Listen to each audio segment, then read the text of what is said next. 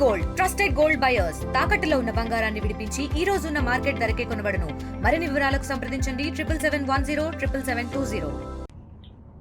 అమరావతి రాజధాని పైన ఓడిపోయినా సరే ఇంకా సిగ్గు లేకుండా రాజధానిని కించపరిచే విధంగా ఆ రాజధాని ప్రాంతంలో రాష్ట్ర అభివృద్ధి కోసం భూములు త్యాగం చేసినటువంటి రైతుల్ని, మహిళల్ని దారుణంగా, అసభ్యకరంగా మాట్లాడటం అనేది అందరం పార్టీలకు అతీతంగా ఖండించాల్సినటువంటి విషయం.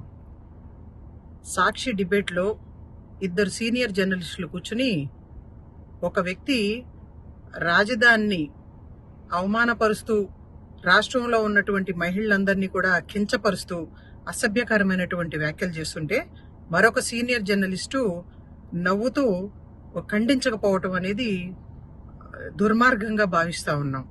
అమరావతి రాజధాని ఉద్యమ భాగస్వామురాలుగా, కాంగ్రెస్ పార్టీ ప్రతినిధిగా ఈ వ్యాఖ్యల్ని తీవ్రంగా ఖండించడంతో పాటు ఇది రాష్ట్ర వ్యాప్తంగా ఉన్నటువంటి మహిళల మనోభావాల్ని కించపరిచే విధంగా ఈ వ్యాఖ్యలు ఉన్నాయి. కాబట్టి మహిళలంటే లెక్క లేకుండా, వాళ్ళ ఇంట్లో కూడా మహిళలు ఉన్నారు అన్న కనీస ఇంగిత జ్ఞానం లేకుండా, ఏమాత్రం సిగ్గుపడకుండా ఆడవాళ్ళని అవమానించటం, వీధుల్లోకి తీసుకురావటం, అసెంబ్లీలో మరి చంద్రబాబు నాయుడు గారి భార్యని ఆ రోజున అవమానిస్తూ వ్యాఖ్యలు చేయటమే కాదు, ఆ తర్వాత రాజశేఖర రెడ్డి గారి కోడలు అంటే జగన్మోహన్ రెడ్డి భార్యను కూడా అసభ్యకరంగా మాట్లాడినప్పుడు కూడా నేను తీవ్రంగా ఖండించడం జరిగింది.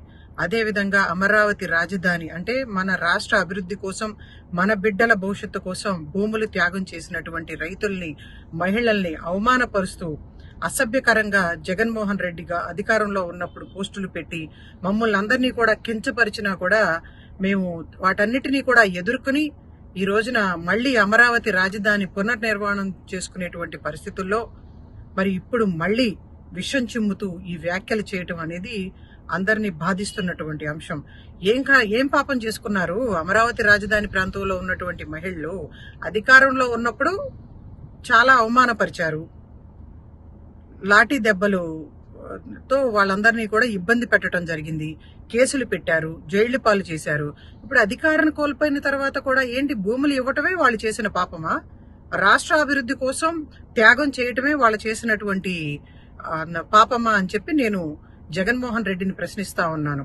ఇటువంటి అసభ్యకరమైనటువంటి వ్యాఖ్యలు చేసినటువంటి ఇద్దరు జర్నలిస్టులని కూడా తక్షణమే అరెస్ట్ చేయాలి అని చెప్పి రాష్ట్ర ప్రభుత్వాన్ని డిమాండ్ చేస్తూ, సాక్షి ఛానల్ కూడా దీనికి బాధ్యులు కాబట్టి తక్షణమే జగన్మోహన్ రెడ్డి గారు గాని, ఆ సాక్షి ఛానల్ ప్రతినిధిగా ఉన్నటువంటి భారతీ రెడ్డి గారు గాని రాష్ట్రంలో ఉన్నటువంటి మహిళలందరికీ కూడా క్షమాపణ చెప్పాలి అని చెప్పి డిమాండ్ చేస్తా ఉన్నాను. ఇండియా పాకిస్తాన్ తాజా అప్డేట్స్ కోసం డౌన్లోడ్ చేసుకోండి RTV లైవ్ యాప్.